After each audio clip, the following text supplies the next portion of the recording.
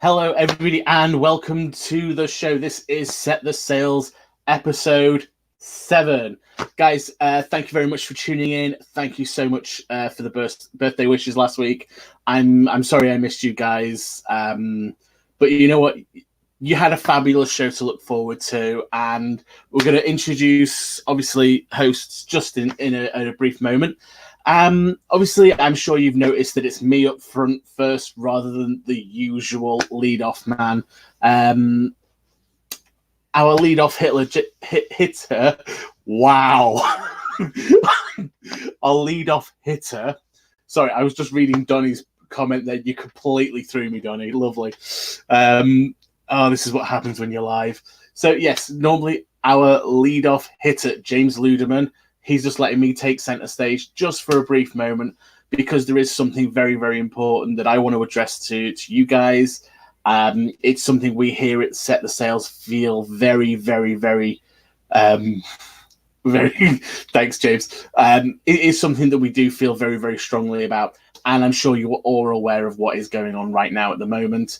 Yes, there is a lot of publicity. There's a lot of protests, some peaceful, some not so peaceful, and some outright violent. There's a lot of anger directed at lots of different people. Now, one of the things that I really, really wanted to sort of say to people was there's a lot of pushback regarding the hashtag Black Lives Matter, with a lot of people saying all lives matter. And some people are saying this for completely altruistic reasons. They're saying that, yes, of course, Black Lives Matter because every lives matter. And there are some people who are being slightly more antagonistic with it. The point is that we want to make here at Set the Sails, and obviously part of Bucs Life Media, is, yes, all lives absolutely matter. But until Black Lives matter the same as everybody else's lives, people of colour are going to be facing problems, holdbacks, outright discrimination, however you want to put it. It is going to be a huge problem going into the future. This is why we need to acknowledge that all lives cannot matter until Black Lives Matter. And I know that obviously it's not the done thing to take a stand at particular one side of the argument or the other, especially when you're sort of involved in things like this. However, we here at Set the Sails, and personally, definitely myself, we do have to take a stand, and we have to say, actually, we have an opinion, we have a platform, and this is how we are going to use it. We are going to use our platform to spread good. Now, a great analogy for people who say all lives matter instead of Black Lives Matter is absolutely. But if you go to a wedding, you don't approach the bride and the groom and say, I don't particularly feel happy for you because other people got married today. You don't go to a funeral and say, you can't feel that sad, somebody else died as well. Okay, what we mean by Black Lives Matter, and I know some of you are friends with our good friend Corey on Facebook and various social medias, and a message he put out said it best. When the Boston Marathon bombings happened and everyone was Boston strong, it wasn't, well, what about another city strong? What about my village strong? What about an oil rig somewhere out off the coast of Alaska strong? No, Boston was hurting right then, and we all stood together with Boston. The Las Vegas shootings, we all stood together in solidarity. And right now, one group of our human race is hurting, and they are hurting bad. And they've been hurting for a very, very long time. And now is the time that we need to right this wrong. Yes, all lives matter, but right now, Black lives need everybody's help. Every person of color, every person of non-color, Caucasians, non-Caucasians, however you identify, we need to unite for a common cause. This doesn't get sorted if we are divided. This doesn't get sorted if we are splintered. We need to come together. And right now, people need our help. Everybody's help. I'm not sort of sitting here and going, well, someone needs my help. No. People of color, Black people, need our help. Everybody's help. And we need to stand strong together. And with that message of unity, it segues me perfectly into introducing my co-host, the one and only leadoff hitter, James Ludeman. James, thank you very much for joining me. I literally, you've been gone 1 week. You're gone 1 week, and now I'm Hitler. I don't understand how this happens. But anyway, I digress. Welcome to Set the Sails, the podcast. We are live on Facebook, YouTube, Twitter, and Twitch. Thank you, James, for that awesome introduction. You talk a lot of truth in that. I had an opportunity last week. I know you and our other co-host, who I'm about to bring on in just a second, were missing last week, but we said a lot of the same things, a lot of the same sentiments. But there's a lot of people that are hurting right now, and we need to unite. We need to make sure that Black lives matter, and they do. It's not something that you just say, but it's true. So absolutely, we agree, and that's great. So let me bring on our other friend, missing last week as well, but back with us. Ruth The Truth joins us. Hello, everyone. How's everyone doing today on Set the Sails podcast? It is so good to see the Jameses. How are you? Oh my gosh, it's so good to have you both back. I felt like empty last week without you guys. It was I'm terrible. sorry, we didn't mean to leave you in the tadpole in the swimming pool by yourself. Yeah, and no floaties either. No floaties. That means something completely different in Britain, by the way. So please. Okay, we'll elaborate on that. I am dying laughing here. Oh my god! You do not want to leave any brown trout in the pool. Happy. All right, so just to set up kind of the show tonight and what we're going to be talking about, we do have a guest joining us from Sports Caffeine. Her name is Kristin. She'll be joining us at 8:30, and I'm really excited to have her on. She's going to be talking some fantasy football. We're going to talk about some Bucs, obviously, because that's what we do here on this show is we talk Bucs. Yeah, I know, it's weird. Away. In case you didn't know, I would like to personally give a special shout out right now to Scott Bradford for this awesome Buccaneers flag, Bucs Life News flag behind me. Thank you, Scott. If you're watching, I appreciate you. Scott's a good friend of the show. Looks great. I thought that you were actually going to try and sneak past that, if I'm honest. No, I would never. I would never. Is anybody going to notice the flag? Does anyone notice there's not a baby crib in the back? Anyway, all right. So, Ruth, let's start with you. Yeah, we're going to start with Ruth first in this. And we're going to play a little game right now. We encourage you, if you're watching on one of our social media areas, to join in the conversation with us. But we're going to start out playing a little bit of Would You Rather. All right, so this is going to be a little bit interesting of a game. All right, we are going to take some Bucs moments recently, as well as maybe some past Bucs moments as well, and we are going to pick our favorites of the two that I mentioned. Okay, so basically, you'll have a chance of would you rather have this or would you rather have that. All right. Quick question. This is a judgment-free zone, correct? Absolutely not. You're judging all my answers, okay? No, it's okay. It's okay. We're throwing this out there, okay? Right. So let's start. You know what? We won't start with Ruth. Let's start with BritBuc because that way you can see what we're doing and feel a little more comfortable in the kiddie pool. Okay. All right. Okay. We're just going to talk about the kiddie pool all night. It's going to be an ongoing thing. All right. Yes, BritBuc. just before you go. Go ahead. Donnie, I am going to actually address your question. It is one of my talking points later on. Obviously, Ruth, James, I promise, I know like me and Donnie are friends. That we've got the whole Canadian thing going on. I promise he's not a plant. Okay. Donnie asked that question on his own, but yes, Donnie, I am coming to that. James, as you were, my friend. I just find it interesting that the 1 week you're not here, he's not here, and I'm not offended by that at all. But all I'm saying is, it's definitely different. Okay, here we go. So we're gonna try this out and see. And again, if you guys have a would you rather that you would like to ask us, leave it in the comments. We'll see it. We'll talk about it. We'll ask it, and we will stumble through this segment together. And if this segment doesn't work, trust me, I have a better one. That I was kind of contemplating on starting, but that one's an easier one to get through. So we'll try to get through this one here. All right, BritBuc, would you rather have been in the stands for the and again, I can't believe we're even mentioning him again on the show, but would you rather have been in the stands for the Jameis Winston crazy run around the field throw to Mike Evans, or would you have rather been in the stands for the you remember the game against the Colts on Monday Night Football where we were up by like a ton? And no, the game that didn't happen. You can't do this to me. Yes, I can, because I'm the host. I guess we know his answer.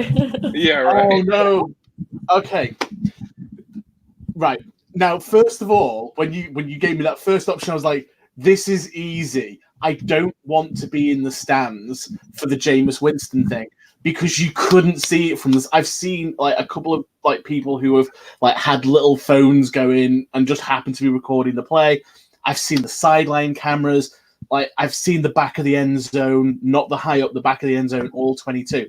You cannot appreciate what Jameis Winston did on that play inside the stadium. It looks good, but to understand. Can we elaborate? Oh, he ducked, he dived, he twisted, he juked a defensive end out of his jock strap, and he ran all the way basically back to almost. I'm pretty sure he was in the end zone. I think I know. He didn't quite make it. Yeah. He ran from his own 40 back 40 yards. He basically like broke the ankles of 4 or 5 Chicago Bears players, and this is a player who had been like known to. You know, he could maybe extend plays a little bit, but we definitely knew he wasn't athletic. Mm-hmm. And he just completely kiboshed that with that one play. So I was thinking, yeah, of course, I want to be in the stands for whatever the next one is, because I want to see that unfolding on television. And then, James, why did you do it? The game never happened. So...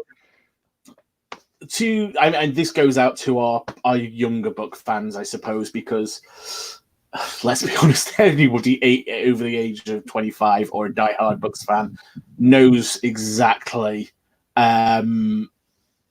what happened on this game. The Bucs were absolutely destroying the Peyton Manning-led Indianapolis Colts. It was brutal. It was on Monday Night Football. It was in front of the nation. And for 3/4 of a football game, the Buccaneers, thanks Donnie, absolutely slapped the Colts up and down the field on offense and defense. I'm surprised the cops wasn't called, because it was brutal. It was abusive. And then, as Donnie says, everything just went wrong. There was the world's most ridiculous leaping play that would have been a pivotal moment in the game, where the Bucs would have actually gotten the ball back with a lead intact and gone on probably to score again. But if it could have gone wrong, there was just a turning point that it went sour.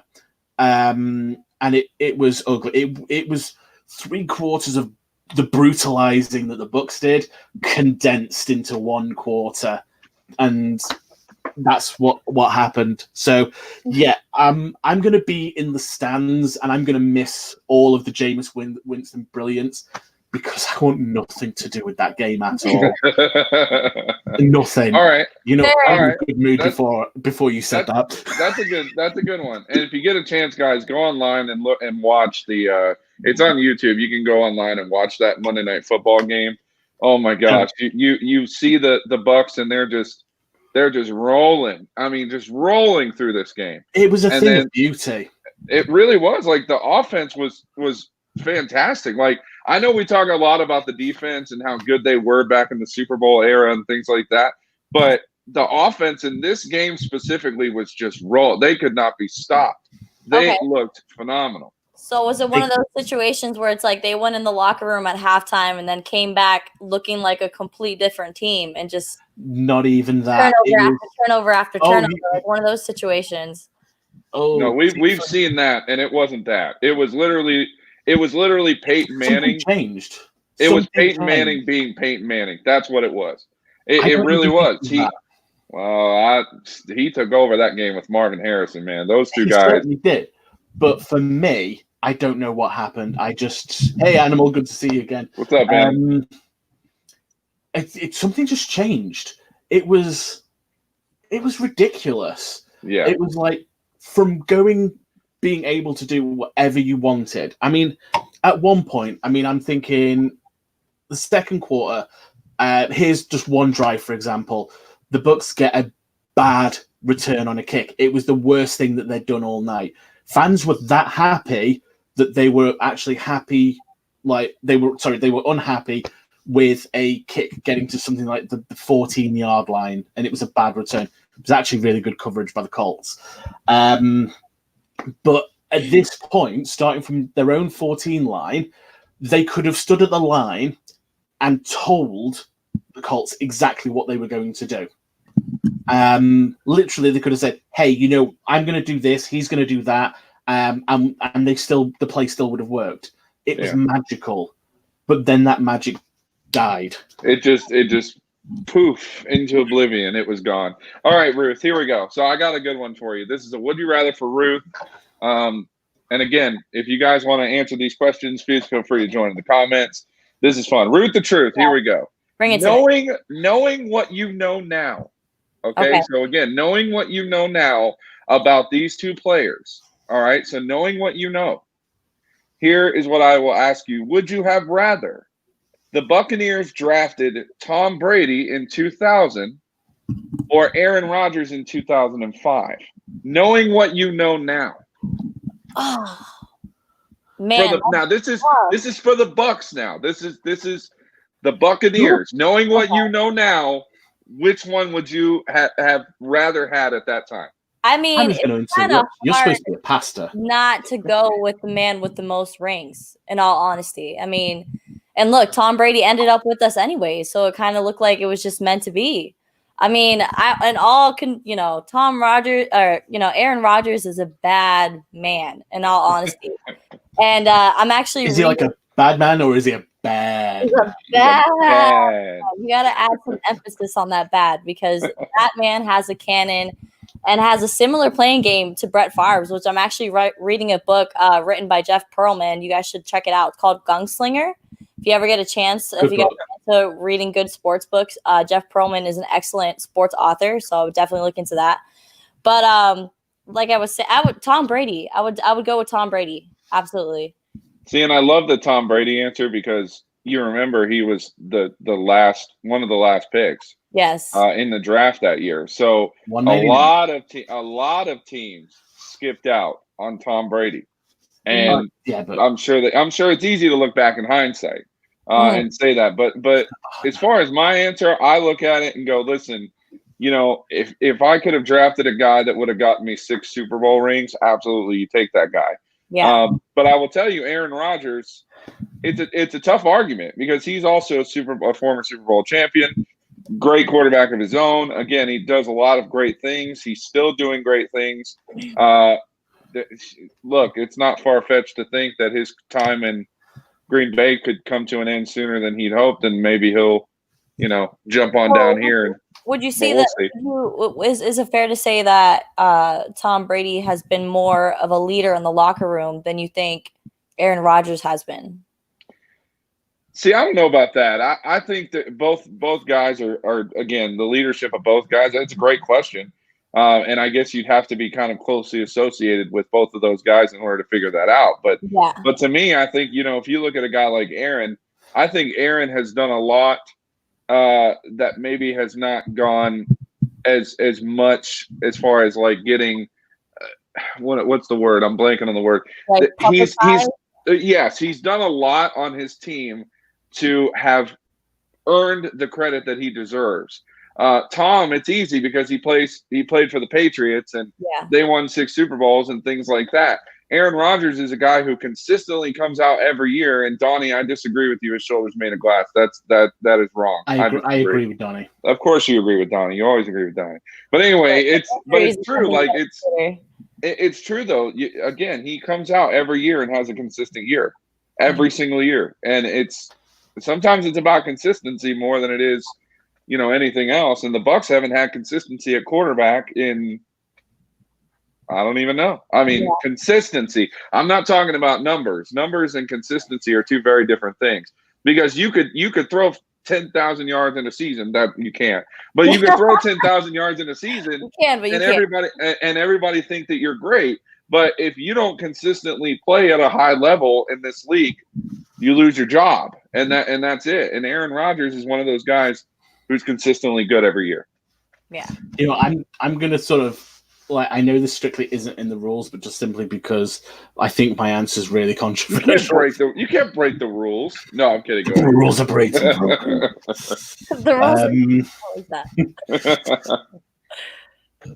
Listen, don't take rule advice from somebody with ADHD. Don't do it.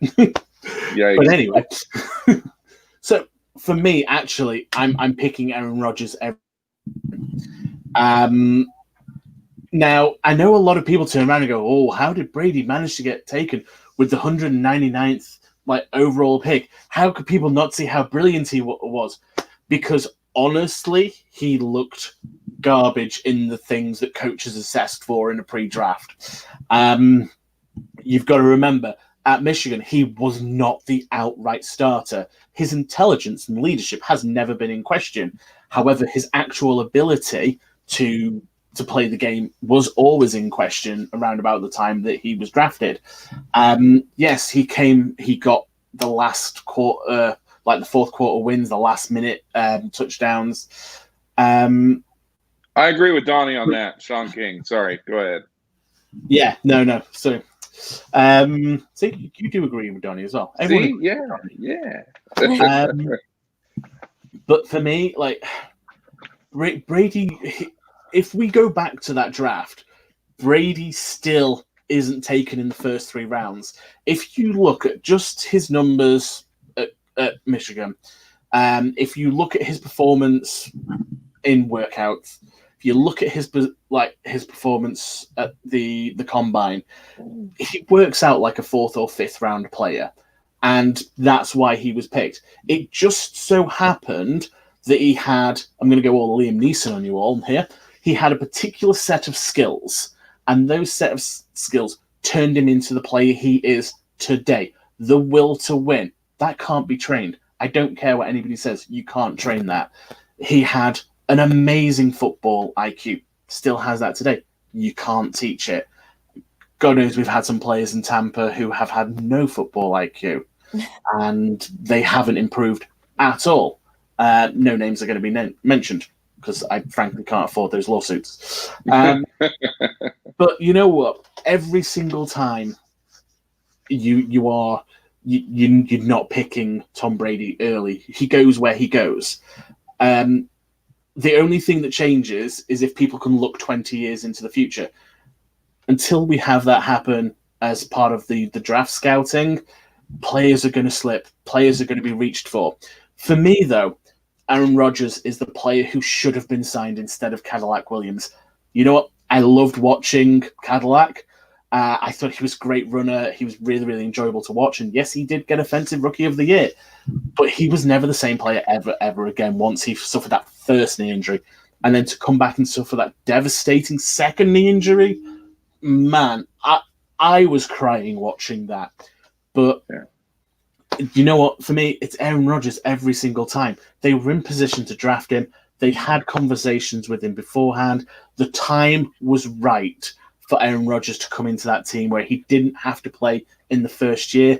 He could have sat for a year. He then would have come in having learnt the system. As pointed out before now by Jay, if Aaron Rodgers is the draft pick back in 2005, Gruden is probably still coaching in Tampa. Right. Yeah, I agree with that. Jesus asked a question, so we'll get off that game because it's apparently really awkward for everyone. Question is, could Ryan Griffin be a stud that has not had a chance? He has been backing us up since 2015. I believe he's been around that long because Cutter and even Arians sees something in him. So that's a great question for you guys. So I'll let whoever wants to take it. Go ahead, Ruth. What do you think? Ryan Griffin. I'll give it to you, BritBuc. Really? Okay. So generous here on the show. Everybody's giving. Yeah, it's like Christmas and Thanksgiving rolled into one. It's not, because there's no hockey right now, and there's always. Please don't bring that up now. Terrible. Do you know what? This is actually going to be the first show I've done that I'm not doing with my Leafs Cup, so a moment of silence for the Leafs Cup. Better off. Yes, Donnie, Gruden's picks were hell. I don't think he was fully in charge of them. We'll talk later. If he was, he was a moron. But anyway, yeah, go ahead. Yeah. Could Ryan Griffin be a stud that's not had a chance? This is the thing with Ryan Griffin is, you know what, there is every possibility that he is a Tom Brady in the rough. From what we've seen of him in practices, we know he's accurate. He hasn't got a special arm. He isn't going to throw the ball 70 yards through the air. He's not amazingly athletic. He's not going to beat anybody in a foot race. Maybe me, but yeah. But he's got just something about him, the way he plays. And I would recommend to anybody who sort of is just going off stats and things like that, actually watch Griffin in the pocket when you see him at practices, when they film it. Watch him in the preseason games. Watch him in the actual little bit of NFL action that he's had. You know what? He might not be a star, but I think he could actually certainly be a stud for someone. He doesn't have accuracy issues. He doesn't have fumbling issues. He has great pocket presence. He doesn't get scared of hearing footsteps. He will stand and deliver the ball. But you know what? He's mobile enough to be elusive enough just to keep the play alive that extra second, or maybe break a short scramble. So you know what? Absolutely, he could be a stud. I don't think, though, he's going to get the chance, because I think there's too many unknowns behind Ryan Griffin.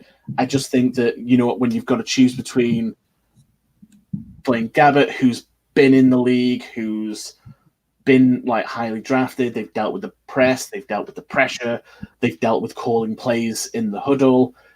Griffin hasn't had any of that, and it's going to take a very, very brave coach to turn around and go, not going with the veteran, we're going to go with the player who is actually technically speaking a veteran, but hasn't seen any NFL action. It's a very, very brave decision, and one that if you make, and then that decision backfires on you, that decision costs you your job. And that's what I think is the only thing that's holding Griffin back.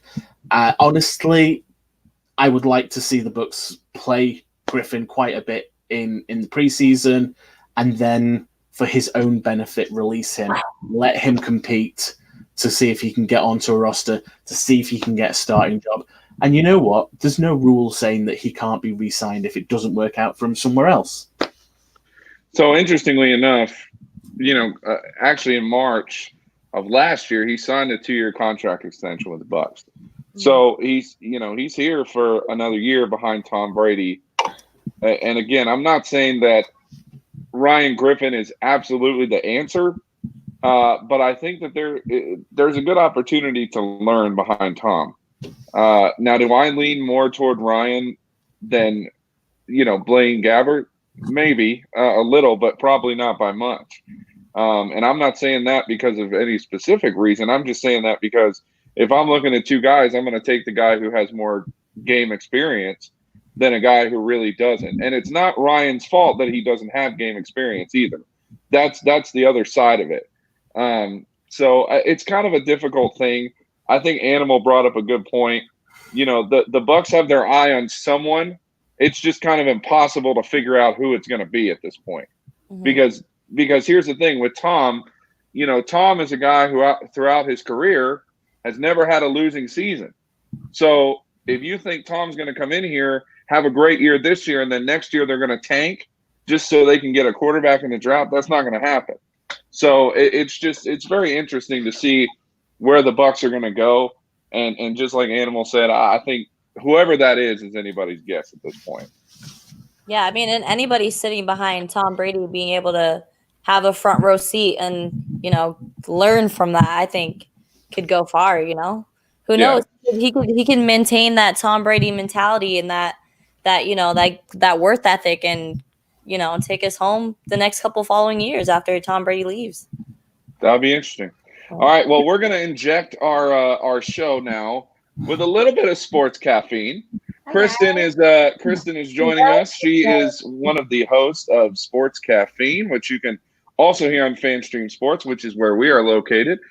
So they're like our brother show, our sister show. I don't know. We'll see. Sibling, I guess. Sibling show, brother show. Hey guys, really good to see you. I think the last time I saw you was at the Vipers game. Yes, no more. I was just sad. You look great. It was a fun time. I'm kind of sad about fantasy. Yes, very sad that I had to take a short, but everything kind of fell apart within this year because of COVID. So hopefully they'll be back though. Yeah, that was fun. It was a great time covering it. I was more mad I was covering it and not in the stands, or it's like in the Bleacher Report or the right, yeah. So guys, what's happening? Well, Kristin is joining us, and this is the time, ladies and gentlemen. If you have any questions about your fantasy football team, or if you're like this guy over here who doesn't know anything about fantasy football and is horrible at it, this will be a great time to ask some questions. So I'm going to kick it off with this one because I have a very interesting question for you.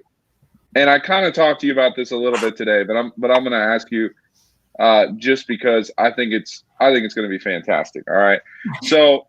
Last year, you played fantasy football. That's well documented. What did you have? 4 teams last year? 4 teams, which I never want to do 4 teams. I'm required to be in 4 leagues. You got Tom Brady playing against, somebody in this league, but then you got Tom playing against Tom Brady in this league, and I'm an avid proponent of 2 max leagues. Yes. Okay. Yeah. I think that's a good idea. So let me ask you this.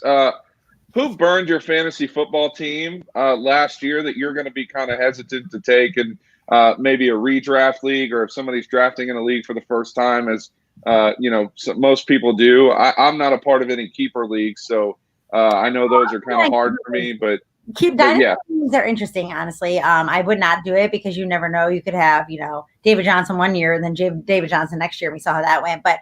You asked me this question today, and I immediately had an answer to it, but I still Googled some things and looked at some stats, and my answer was still the right answer. Odell Beckham. He's my Browns guy. Okay, so in 2018, Odell Beckham average draft position was the 3rd wide receiver taken off the board. He finished wide receiver 16. Last year, he was wide receiver number 6 taken off the board. He finished wide receiver 31. I don't know. Well, Baker Mayfield was my other one, but if you're drafting Baker Mayfield, you're dumb. Don't draft Baker. He's going to be on the waivers. You can get him. Aren't you a Browns fan? I am. Yes. I've been writing this article. I should have it out tonight or tomorrow about you need fantasy football when you're a Browns fan because you need something to root for and a game to watch that's relevant. Preach. So, I mean, and also you now have Austin Hooper. You have Jarvis Landry, who got most of the looks last year. You still have Joku there. Kareem Hunt's going to be there for the full season, who's going to catch the balls in the backfield. You got Nick Chubb. I mean, Odell could prove me we could prove this wrong and replay this in a year from now and say Odell was the best receiver, but there's too many targets there, and he's getting too covered. He's getting too much attention. You're Odell Beckham. That's why Julio Jones didn't have a touchdown for the first however many weeks of last year. There's too much attention on you. So Odell Beckham is the one guy that I am not taking that burned me last year that I would not take because of that. Okay, so what wide receiver would you fill in for that slot? So what I was looking at, actually, we talked about this last night. Let me go through all my notes here. Look at the sophomore receiver, the guy going into his second year, because rookies, it takes a little while to learn the system coming out of college. So last year, 2019 season, your sophomore receivers were Christian Kirk, Michael Gallup. You had Cortland Sutton, DJ Shark. They all breakout seasons in their sophomore year. So I'm looking for those guys in their sophomore year: the Hollywood Brown, Debo Samuel, DK Metcalf, Terry McLaurin, and AJ Brown, which will all go pretty high. But I think OBJ has that reputation and that name, almost like a Julio Jones. I think Julio Jones have a big year, but he's not a touchdown scorer. So I'm looking at second-year receivers is really where you want to go. And my other tip is take all your receivers in the top 5 to 6 rounds, because after round 6, it's been proven that a lot of these receivers don't show up. You can get a running back in round 6 that'll fill in for a guy, maybe got hurt or is like not seeing as much time, like these rookies, Taylor and Dobbins and them. But yeah, take all your receivers like that you think are going to get you points in the top 5 rounds. So how did it go for you last year doing those 4 fantasy leagues? So I one okay. So by the way, disclaimer: do not shoot me if I give wrong fantasy advice. I am not an expert by any means. I have 14 games. I made the playoffs almost every year in a lot of my leagues. Okay, good. I won one year, and it's a sad story. But our friend Paul passed away in a tragic accident. Not this past season, the season before. Literally drafted a team and passed away in a tragic car accident on Labor Day weekend, and I took over his team as my boyfriend's best friend. I was like, I'd like to take over the team, and I won the league with his players. Wow. That's the only time I've ever won the league, and I had like Carson Wentz, and I can't remember who I had on that team, but that's literally the only league I've ever won. But I make the playoffs a lot, and I think it's just matchups are your key thing. Like you can have Tyreek Hill or you can have Julio Jones, but if you have a great corner covering him, you want to pick up the other receiver who I don't even know who's a receiver in Atlanta anymore. Like, who are the receivers? I don't even know. Julio Jones and who else? I know Calvin Ridley. Calvin Ridley. Yeah. Kind of a big year, actually. He was one of those guys in my sophomore list who kind of got didn't have a good year last year, but one I'm looking out for. So, but I'm hoping to put up once a week on the FanStream Sports app where we're all on. Ruth, we got to get you on there. Yes. An article, every week, who to take, who to not take, and I'm just so excited about some sports. So let me ask you this, and I want to share this with you because I think you'll appreciate this. Okay, and I reached out to my buddies over at Fantasy Football 24/7. Great Twitter page, a lot of good stuff. If you want some great content outside of Kristin, because she gives the best content, anybody else, these guys are it, okay? And obviously Bush, who we had on a few weeks ago, as I'm insulting everybody. These are our top 3. By the way, he will be on. I'm the host, so that's right. So let me tell you this. Let me give some knowledge because I found this stat amazing today. Because they did a couple weeks ago, they did this whole big long thing about Ronald Jones, and I want to bring up Ronald Jones because a couple weeks ago we had Fantasy Stock Exchange guest Bush on, and he said stay away from Keyshawn Vaughn. And I know that kind of ruffled a little bit of feathers because not everybody is confident with Rojo for a number of reasons, but I want to give you this. Last year, Ronald Jones was second in the NFL in yards per catch for running backs with 10.1 yards per carry. It's insane. It's insane to me. So again, for all of those people who don't believe, and I think most of us on this show believe, I think I maybe speak for everybody, that Rojo is the guy. But do you see Ronald Jones taking a huge step, not just because of Brady, but just because of just his talent level? Well, so when Rojo got drafted, we were super excited in the Tampa Bay area, and everyone's like, this is the guy of the future, but the running name could not get established. Jameis Winston's running for his life, and it's going to be a completely different Bucs. And I think that actually, so I have Keyshawn Vaughn. He's right now your running back 40, which is up there. I mean, J.K. Dobbins is 41, so he's above J.K. Dobbins, who's going to be splitting time with Mark Ingram, who we know is a beast. But I think Rojo might have a big year. He the talent is there. All the scouts, every other radio show you've listened to in Tampa, I've talked about Rojo's the guy. And I hear Bruce Arians 3 days ago saying he's looking at using a 3 tight end set. Like, that's a lot of blockers. If you got Gronk's one of my guys to sit because I think Gronk is there to block because I think the running game is going to be a lot better in Tampa. The last time we had Doug Martin as a top 5 or top 10 player. Gosh, that was back in, 6 years ago. We haven't had a top 5 running back since then, and you need a running game. And Tom Brady's not going to be airing it out like Jameis had to every time. They're not going to be playing from behind as much. Tom Brady doesn't need to do that.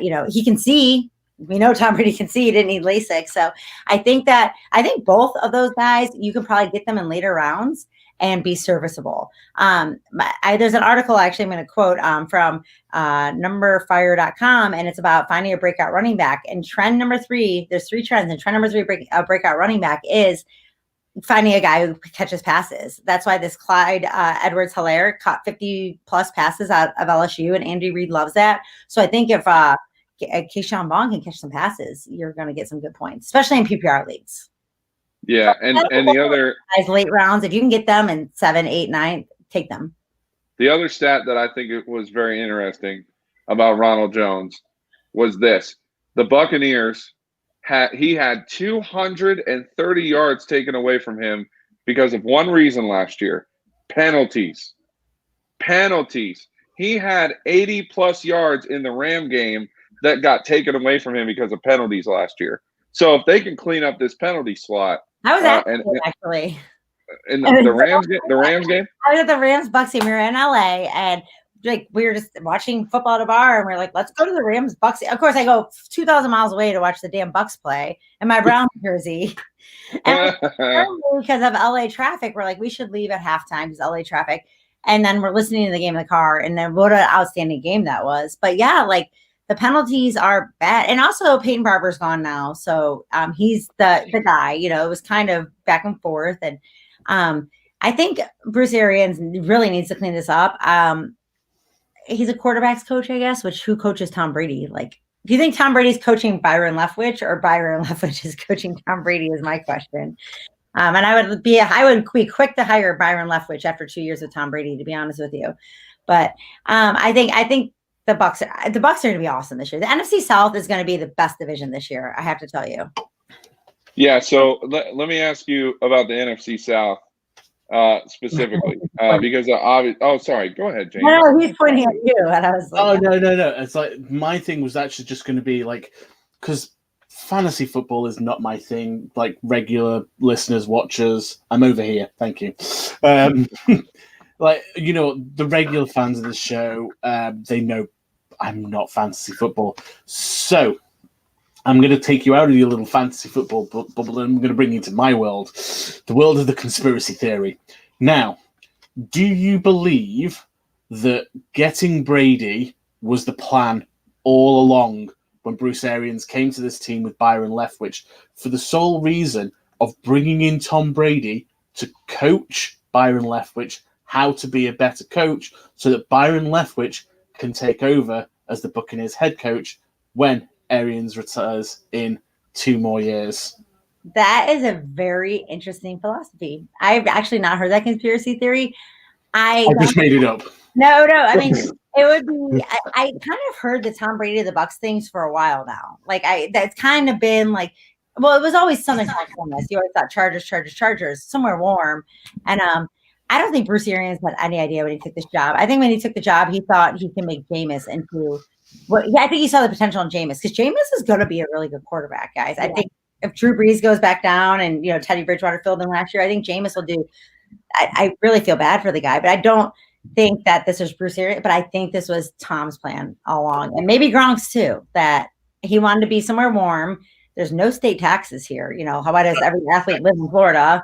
Yeah, I know, great. Except when you're a bartender, and it doesn't really matter. But that's an interesting theory. Byron Leftwich, that guy, I just remember him getting carried off the field playing with a broken ankle. He's got so much heart and so much talent. Yeah, that I think that Byron Leftwich could be a really good quarterback coach, offensive coordinator, maybe head coach, just by learning from his player. Mm-hmm. Absolutely. No, I talked about this on our show last night. Pick your brain a little. I saw Tampa could be a landing spot for Colin Kaepernick. As well, and Bush asked this question earlier. Yeah, he did. Now, this is where I'm going to be logical rather than emotional. Emotion is going, yes, be that social leader to say, yes, sign Colin Kaepernick, say, you know what, we were wrong. The NFL was wrong. And this player deserves to be on a roster.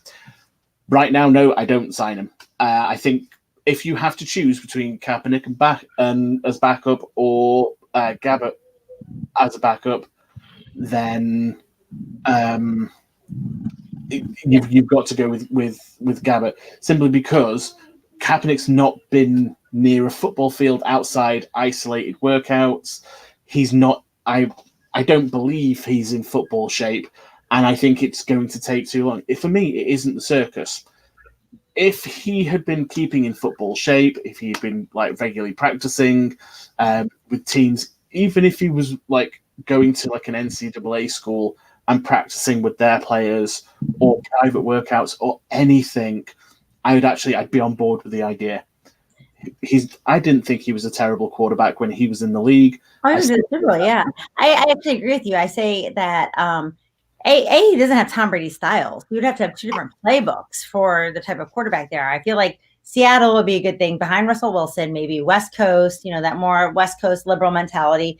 And I said I could see a team signing him like a one-day contract almost kind of thing to, hey, but not to one-day contract, but in that kind of sense, like maybe take a special teams guy away. I said this last night and sign him to be that team that says, hey, we're going to, but it doesn't matter. Like if you haven't done a podcast or I haven't bartended in 4 years, who the hell is going to hire me? Like my skills are diminished. And that Mark Sanchez came back in the league after being out for a while and we saw he didn't do anything. So to be fair, he wasn't much change.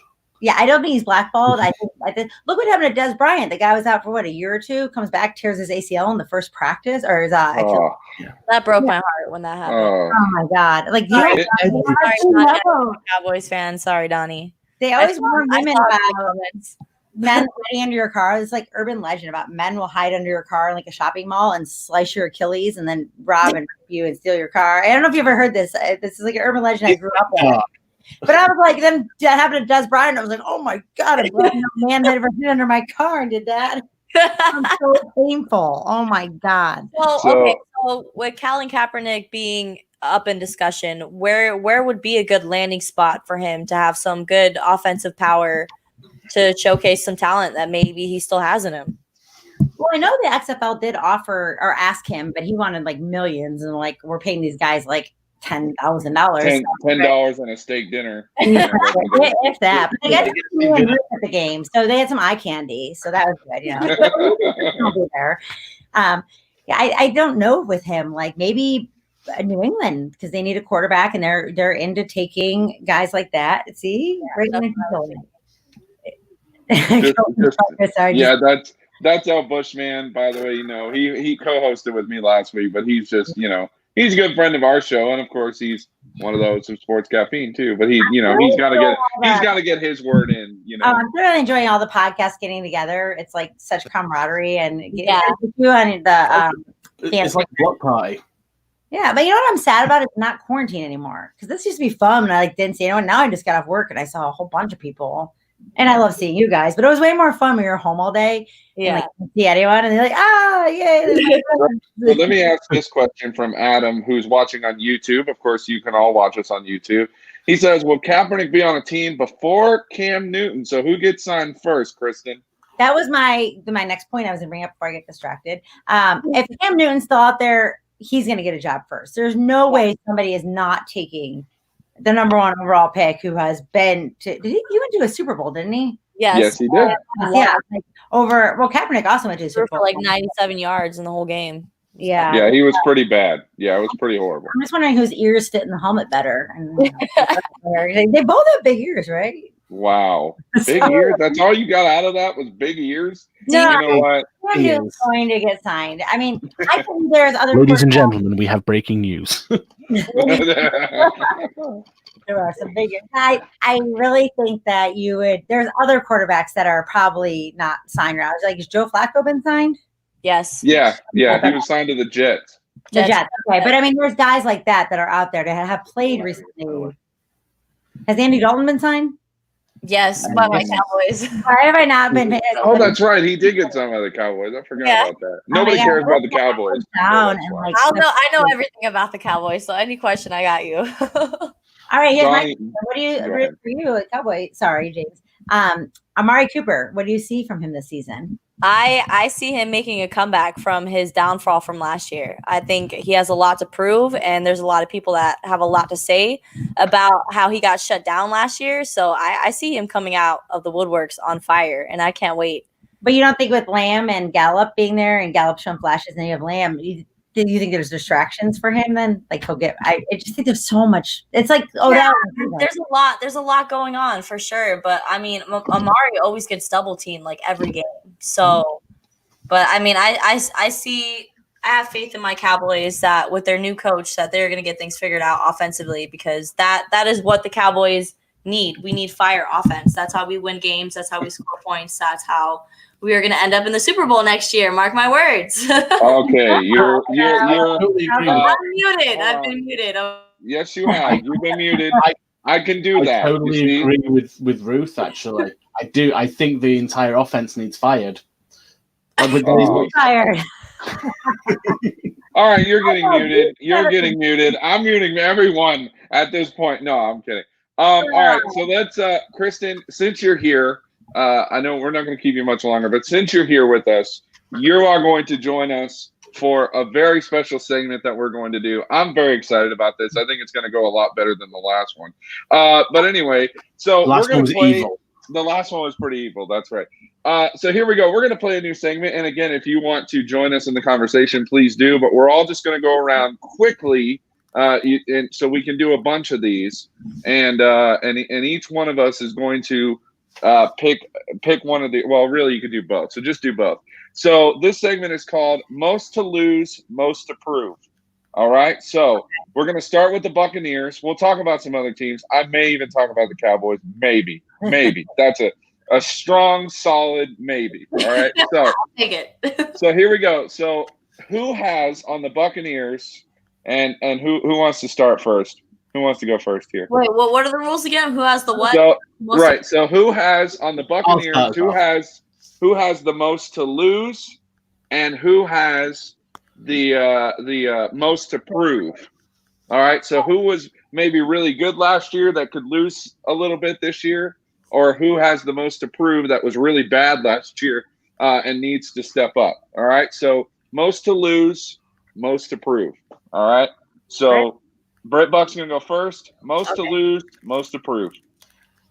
I actually thought about this today, which just goes to show how little of a life I actually have outside of you guys. Please love me. Okay, so I have one player that fills both category, and that is Ronald Jones. I love the guy, and I think he's going to have a breakout year. Hope he has a breakout year. But this is why he has the most to prove and the most to lose. He has basically been handed on a golden platter the starting job. It's him versus a rookie. This is his third year. This is the year where he is supposed to break out. He hasn't got a lot of wear on the tires. We're not talking about any serious injuries. Year 3, we are seeing the best of Ronald Jones. But if none of those things happen, he's lost it all. He is the player who they drafted, who they said he was a reach, who was a bust, who isn't going to make it in the pro game, is being replaced by Peyton Barber, who probably wouldn't start or be backing up on any other team in the NFL. This is, for me, why it's Ronald Jones on both ends of that spectrum. He has the most to prove. He has the opportunity to prove to coaches, to himself, to fans, to the players around him, that actually he is the starting back of this team. He is the bell cow. He is capable of being that 3-down back. But if he doesn't do those things, he's lost it all. He probably will not survive the offseason to be given a chance. He might not even survive the season. If he isn't getting it done and he is beaten out by Keyshawn Vaughn, he's gone. He could be traded. He could be put onto IR until they can release him at the end of the year. But it could all go very, very well. It could be destination, the stars for Ronald Jones. It could all go tragically wrong for him as well. So when it comes to the Bucs, who has the most to prove? I would say our head coach, Bruce Arians. He has the most to prove. He has all the weapons to get it done. So I mean, I think a lot of weight is on him. Who has the most to lose? Tom Brady. I mean, this is going to be your first NFL season starting for a different team, not playing under Bill Belichick, the coach that you've been, playing underneath for so long. You were going into a different state, a different team.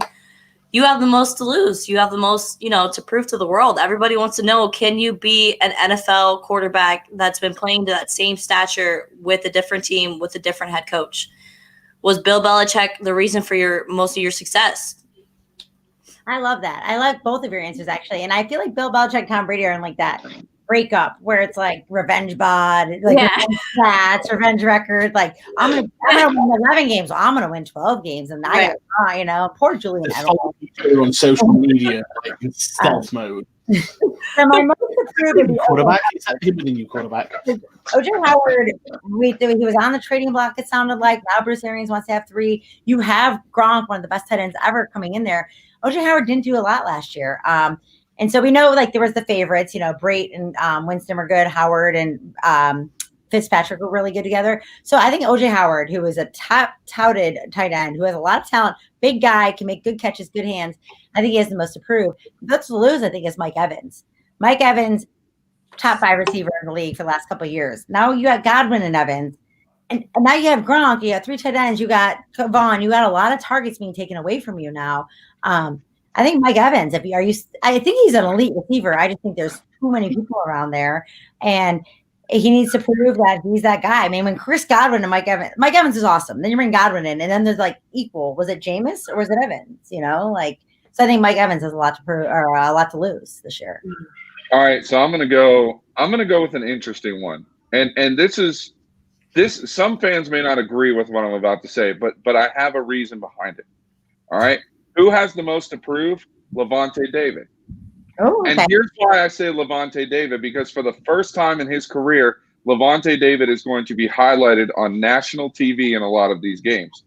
And he is going to have to show the same thing that he's showed for the last several years. He's the best defensive player, or one of the best defensive players that we have on this team. And now this year, he is going to be able to showcase that in a way that will show exactly what we all know, and that he's a solid player and that he's the leader of this defense. And so he is going to have to step up big time this year on a national stage where national attention is going to be shown on him. That's not to say that he's a bad player and he has to prove it in that way, but I'm saying he has to prove that he can lead this defense in a national attention type way. Going to beast mode. Exactly. And the most to lose, Jason Light. Jason Light has the most to lose. If this team does not play well, and I'm not even saying that they have to win the Super Bowl, because they don't. I think a playoff berth is well within reach for this team, obviously. But if this team does not have a great record, he's gone. It doesn't matter what happens. Because, again, we would love to sit here and say that the Bucs are going to go, I know I picked 11-5. We've had people pick 12-4. Things like that. I've seen 13-3 float around here and there. But here's the thing: if the Bucs finish 9-7, that's a failure. If you look at all the things that they've done in the offseason to bolster this team, I think the most to lose right now is Jason Light, because it's going to start with him. I don't think Bruce Arians loses his job at this point if they finish 9-7 or 8-8 or obviously even 10-6. They have to make the playoffs this year, though. They really do. There's no getting around that. Do you think the Panthers and the Falcons have any chance of winning this division? No. Okay, no. So it's down to the Saints and Bucs. No. It's Saints and Bucs, and I will say this: I think the Falcons are better than the Panthers, but I think the Panthers are going to be a good team even still. They won't win 8 games, I don't think. But here's the thing: the Panthers still have Christian McCaffrey. They still have a great quarterback in Teddy Bridgewater, who's not a bad quarterback at all. One of my sleepers, because they're going to be playing from behind a lot. So I think he's going to be airing it out to those guys. So actually, I think he's a sleeper quarterback. He went undefeated in the games he played last year. Yeah, exactly. Yeah. Exactly. So, again, it's a situation, though. I think Atlanta is kind of starting to head on this downtrend. Todd Gurley, you don't know he's mine. I asked you that question of who I will never draft again. Oh, well, that was like 2 years ago. I would have said that he's been down. No. Oh, so horrible. I drafted him, and I'm like, all right, he's going to bounce back. Didn't do nothing. It was terrible. He hurt for like most of the year. He hurt. Yeah, exactly. And right. Since he hurt his knee, he has not been able to make the jukes and the passes. His skill level has declined since he had that injury. Yeah, it takes a lot on your body to be able to move like that. Yeah. But now he's going to Atlanta where, he could come out and have a great year and kind of rebound, resurge. Possibly. I think he's a guy that still has talent. I just think his body is kind of behind him a little bit, as you guys mentioned. But anytime you have Julio Jones, you have Calvin Ridley, and you have Matt Ryan, who's not a bad quarterback at all. He is a consistent guy. We talked about consistency. He's a model of that. Yeah. He's a very good quarterback. So this division is unbelievably stacked at all positions. I don't know the offensive numbers total, like the pass yards for this division for the whole year. It's going to be insane. Like it's going to be an offensive beast. Can we predict this before? Can we predict this? A team from the NFC South is going to win the Super Bowl this year. Because it's either going to come down to us or New Orleans. And I mean, true. I'm not saying we can win the Super Bowl with what we have right now. Although Ruth The Truth is all aboard the Super Bowl train down there. The first time in NFL history that a team would be playing at their home field. Do you know how that would be headlines for like years? Brady would be the greatest ever if he were to do that, by the way. Yes. Period. No argument. Yeah, like the opposite of that, a team to host and go to the Super Bowl. The Browns are the only team to never host and never go to a Super Bowl. Because even the cold cities like Detroit has a dome, Minnesota has a dome now. The cold cities, like at least Cleveland has never hosted or been. That's a question for your next trivia night, guys. Listen, if you ever get a chance, Kristin, and you've probably already seen this, but if you ever get a chance, go online and watch the Cleveland tourism video. We're not Detroit. It's my favorite. Oh my gosh, I have cried of laughter watching these two videos. It's called the Cleveland tourism video, and there's two of them. I was driving to work. It was right after Thanksgiving. I was listening to Dan Patrick's show, and I guess he goes to Ohio for Thanksgiving to his sister's house, and he was on the plane, and his son was like, "Hey, Dad, you ever see this video?" And he was talking about the Cleveland tourism video on the Dan Patrick show. He played the song, and I was like, "This is the greatest day of my life. It's so good." But we're not. Our economy's based on LeBron James, so like a VCR. Yeah, right. So so just to tell you quick, and James is going to wrap it up here in just a second, but just tell you about this, so just in case you know. So the Cleveland tourism video, the city paid this guy to do a tourism video for the city of Cleveland. He literally highlights every reason why Cleveland is terrible. And then they asked him for some reason to do it again. So he found out more things that made Cleveland terrible. Do yourself a favor.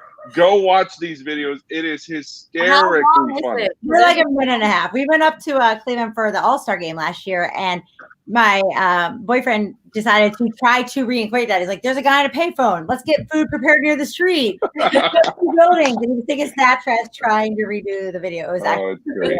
So I'm so glad you know about that. Yes, go ahead, BritBuc. I think it worked though, didn't it? We all know about the Cleveland tourism ad. I'm watching it as soon as I hang up with you guys. And so, you know what? You gotta message me and let me know. You're wanting to go now, aren't you? But you know what? Just a couple of things. I mean, obviously, a very interesting point that was made earlier about is Cam Newton or is it going to be Kaepernick on a team? It's going to be. I don't think either of them. I think Kaepernick just simply because of the amount of injuries. Yeah, He's like doing this breakdancing thing. Are we back now? Yeah. Maybe. BritBuc, where'd you go? Yeah, I sometimes do that on purpose just to mess with you because I'm right here. No, he's definitely not right there. Can you do the slow motion strobe light thing? Now where'd he go? James in the now he left. I'm sure he had something really valid to say, though. I'm sure he did. And he does. He's a very valid person, which is great. So, Kristin, we're going to wrap it up with you. But before we let you go, first of all, thank you for coming on to this crazy show here. And it's good to have you. You need to come back with us during the season because we're gonna compare. And actually, I actually said this, and if you want to join in, you're more than welcome to do so.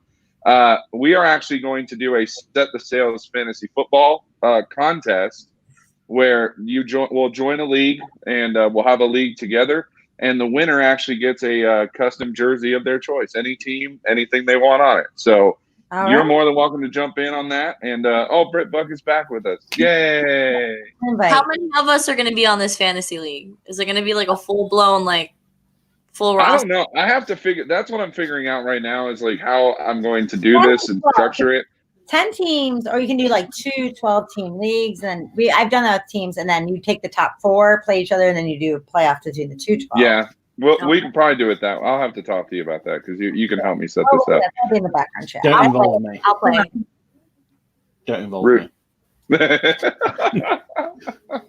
Anyway, what were you saying? Fantasy football is not my bag. James, what were you saying? You were in the middle of a conversation before the safety dance happened. And you can dance if you want to and leave your troubles behind. We all need to do. It's the new dub smash. So for me, Cam Newton, I don't think is going to be signed just simply because of the amount of injuries he's had, and the fact that he isn't going to be wanting to take a vet minimum contract. It's not happening, and I don't see Kaepernick being signed unless it's a symbolic signing, which I don't think Cam would accept anyway. He doesn't need the money. He doesn't need the publicity. He's doing just fine as it is. Just wrapping up the NFC South there, it's going to be an absolute crazy year offensively. Exactly like you said there, Kristin. We had a Panthers fan on actually now a couple of weeks ago. I can't believe how fast time is flying in this quarantine. And he was not very, very positive. And bear in mind, Kev is a good friend. He is a realist. He's not one of these bang the drum, we're the best in the world.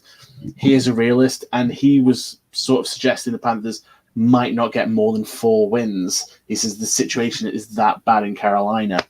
But as people have said, Bridgewater is not a terrible quarterback.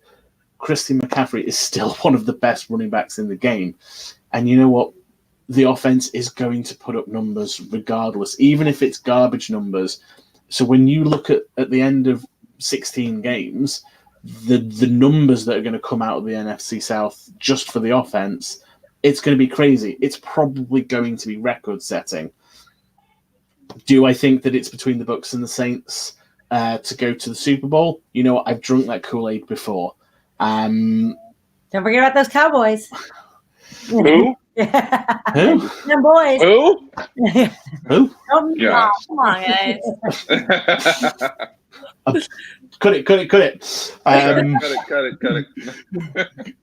But yeah, honestly, I think that Oh no, not again! Check your Wi-Fi. You gotta be. Oh, you gotta be kidding me. Well, let me ask you this before we go. Answer this question. So we just heard actually a couple hours ago, Dalvin Cook is holding out. How do you feel about that, first of all? But secondly, how is that going to impact fantasy running backs? Because I think that's a big deal. I think Dalvin Cook has been drafted higher than he should have been all years except last year. Kevin Stefanski, as we know, went for the Browns, ran the ball 48% of the time as the offensive coordinator there. I don't know if he's going to do that now. I mean, you don't have Stephon Diggs, but they're going to be playing from behind a lot more too, I think, without Diggs. You have Thielen out of the slot, which Jefferson, now the rookie's going to take that slot position, and Thielen sucks. The slot is where Thielen needs to be, and you don't have Diggs there. So I think that they're going to be playing from behind a lot more. So Thielen might have a better year, but I just think Dalvin Cook's been too injury prone. If you can get a guy that's is going to be good, I stay away from those kind of guys. Same with Le'Veon Bell screwed me a couple of years ago. If there's any contract negotiations and you can get somebody else, look at that opportunity cost because it's not worth wasting the pick on. And running backs, I mean, the top 10 running backs were between 350 and 250 points last year total. So, I mean, you're still it's 100 points is a bop, but Christian McCaffrey and Derrick Henry had insane years. But yeah, if you don't go with any guy that you're not sure about whether he's going to play or if he is injured or his contract negotiations, just stay away and go with the guys you know. I think Minnesota's going to have a very big drop off this year. Kirk Cousins too. Stay away from. All right, I'm gonna let BritBuc handle this question because he asks it so eloquently on this. So everybody that has come on our show does something very special, and BritBuc is going to ask you to do that very same thing right now, so we can get it on camera and on podcast, and come back at the end of the year and see who's right and wrong. So take it away, BritBuc. So, Kristin, hopefully I don't start doing another safety dance. What is your far too early season prediction for this year's Tampa Bay Buccaneers? Far too early season prediction. I'm going to go 11 wins. I think they get 11. I think they make the playoffs. They might even make it to the second round. I don't know about Super Bowl, but that defense, the thing is, we keep talking about this offense. That defense is good. That defense was good last year. Getting rid of Hargraves was like great. I don't know if he was a cancer, he's too short or whatnot, but like since you got rid of Hargraves, I feel like the defense was a lot better. Like JPP, everyone thought he was going to be like, oh, neck injury, blew his fingers off. The guy's a leader, and he's a leader in the locker room. Yeah, Vita Vea. Yeah, why are you laughing at me? Because it's just the way you said that. Sorry. Neck injury. The guy, if I blew up my fingers and broke my neck, the last thing I'm going to do is get on a damn football field, you know? So, but I think the defense is a lot better than the defense. I'm done. Yeah, let's go back to this at the end of the year again. Listen, when I upload this to Apple Podcasts, that is going in the description. Neck injury, blew his fingers off. You know, that's oh my god. I mean, they literally like the whatever rock on whatever like that is. JPP is going to tackle you, and he's like, here, like you know. Oh my god. I think he can't do that. He's only got these ones. Yeah. I don't know which fingers does he not have. Here's a hand. Okay, which ones did he lose? So so he lost these ones that are down. So he's like that anyway. I can't even hold my fingers up there. That's weird. I don't know how people. There you go. That's what his hand looks like. Yeah. Okay. So he's lost these two here. Man. And it's not a cool like surfs it up dude kind of thing. It's like a weird one. It's like the two. Yeah, but you know what though? The dude is still a beast. That's what I'm saying. That defense, everyone's talking about the offense. I think the Bucs defense is going to be a lot better than you expect, and everyone's focusing on that offense. Yeah. I just want to mention this point as well. You say that like he broke his neck and he blew his fingers off. You're absolutely right. But do you know how often he's actually been injured on a football field? Probably zero. How much time he's missed? Yeah, that's interesting. Wow, I never thought about that. Never. It's only going to be on a football field and not in the gym. I'm not getting in a car. He's safest. So keep him away from mortars and Lamborghinis, and we'll be fine. We're okay. We're hanging. People saying that he's rushing back. He was just trying to save his own life. He needed to get onto that football field as quickly as possible. Zero injuries there. I love that. Oh my god! On a football field. All right, Kristin. Thank you for joining us today. Tell us where we can find you. Maybe some stuff you got going on. I know you said an article. I'm on Twitter personally, KBlaze81. Because I talk really fast, and follow back. I'm on at Sports Caffeine 1. We're on Sports Caffeine at Facebook, YouTube, Spreaker, Apple, and now you share all our stuff too. So if you're watching James's show, you already know I am. Thanks, bud. All right. Well, that is Kristin joining us. Thank you so much for the wonderful fantasy dialogue, and we will definitely have you back doing the safety dance. Go and watch the Cleveland tourism video anyway, just because it makes me laugh. Let me know what you think. It's funny. I can't wait. It's funny. Fun. Watch it. Yes, thank you. Right. Bye, guys. She's like, I better laugh. Of course you're going to laugh. I wouldn't tell you to watch something unless I thought it was funny. All right, so. Seriously, it is. It's funny. Oh, my gosh. And you have to message me, too. Seriously, I want a message at the moment after you watch both. You have to watch both of them, though. Don't just watch one. There's two of them, so you have to watch both of them. Okay. And actually, the funniest part is they did one for Inside the NBA on TNT, and they did one for that too, and it was hysterical. That was almost just as funny as the other one, but it wasn't as long. So anyway, all right. So we got a few minutes left here. Ruth, I would love to have you talk to us today about what you have going on, because I think sometimes we don't give enough to our co-hosts. So we're going to start with Ruth The Truth, and then BritBuc will go, and then we'll wrap it up. Hello, set the sails. How's everyone doing out there? This is your co-host, Ruth The Truth. I am a Valencia college student. I am taking 4 online classes like a psycho, as well as working at Disney Springs full time. And I co-host with these fine gentlemen every Monday night at 8 p.m. So make sure to check us out. Today was episode 7. So make sure to be here next week at 8 p.m. to get episode 8 and so on. I also work with Sports Talk Florida. They send me to all sports related events in Central Florida. So you will be catching me on the sidelines at the Bucs games. So I'm looking forward to that. That'll be awesome. And hopefully I'll be down there too. I'm ready to get down there for at least a couple of the away games I'm trying to go to. So we'll see what happens. We're trying to go to the Saints one, right? With Tampa. Yeah, I want to go to New Orleans and I want to go to Atlanta. Those are the two, because I'm just about in the middle of both of them. And you're a Cowboys fan. Boo. That's right. Good call, Donnie. Yeah. So go ahead, BritBuc. Let's see the safety dance again, hopefully. And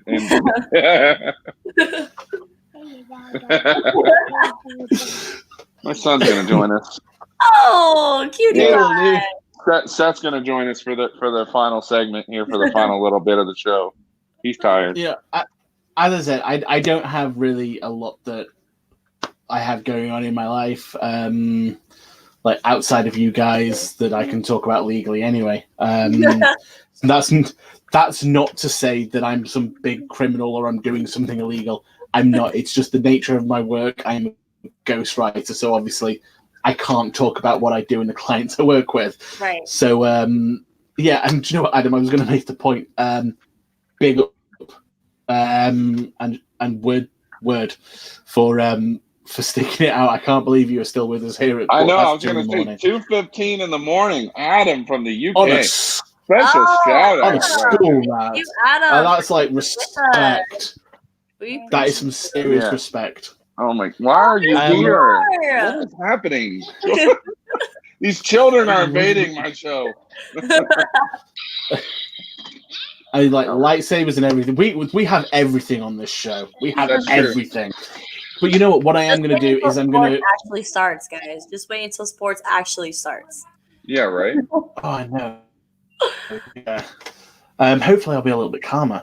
But I'm actually going to address Donnie's comment from earlier that I said that I did want to talk about. Obviously, Donnie raised a good point about his comments and will that affect his starting position in New Orleans. I don't think it will. I think that his PR team have quickly reached out and repaired a lot of the damage that he made through quite ignorant statements. And I don't think it's going to affect him. I think it's going to change how a lot of fans see him. Absolutely. I don't think people are going to quite view Drew Brees ever the same again. You can absolutely, after the fact, turn around and go, oh, I am sorry. I should have understood. Yeah, you should have educated yourself before you opened your mouth. That's all this movement is asking for from a lot of people, actually. Is go out and educate before you express an opinion, before you express hurt to somebody. Educate yourself. Ask someone. There is a better than average chance that you know someone who has been personally affected by the events going on. Yeah, I need a new provider, Donnie. You know what it's like up here. It's awful. Donnie is awesome. I'm just gonna take myself off. Guys, it's been an absolute privilege and a pleasure. This is BritBuc signing off for Set the Sails. Bye, BritBuc. And is he gone? Oh my gosh, he's gone. Anyway, all right. So as far as wait, are you back or are you gone? I'm confused. He's back. He's back. He didn't really leave. That was a cool exit. There you go. It was a cool exit, but you did great. And now he's gone again. Anyway, all right, we're going to wrap it up anyway. All right, so, of course, thank you all for watching. I definitely want to thank Kristin for coming on and joining us today. It was a great conversation with her. Make sure you guys check out Sports Caffeine. It is a fun show. A lot of really good stuff. I know last night they talked about the MMA UFC 250 that was this past weekend. Holy crap, Cody Garbrandt. Thank you. That was amazing. What a knockout. Anyway, unbelievable. So he was fantastic and that was great. But Ruth The Truth, obviously, thank you so much for being a part of our show. Thank you for being here tonight. And, of course, you can listen to this podcast and show on Facebook. Thank you to Bucs Life Media for having us on every week. And make sure you're checking out their content and writing and things like that. It's fantastic. FanStream Sports, big shout out to the JP Peterson Show, which you can hear every day, Monday through Friday, 3 to 6 in the Tampa Bay area. And it's going to do it for episode number 7. We have made it. And next week is a big show, by the way. Next week, we are going to be joined by Big Nasty himself. Will be joining us at the very top of the show, talking some Buccaneers, answering your questions. That's going to be fun. So make sure you guys are checking that out. We're really excited to have him on with us. And it's just going to be a good time. All right. Yes. So for all of us here at Set the Sails, thank you for listening. Thank you for watching. And as always, Ruth, as we end every show, let's go Bucs. That's right. Go Bucs. Have a great evening, everybody. Night, everyone.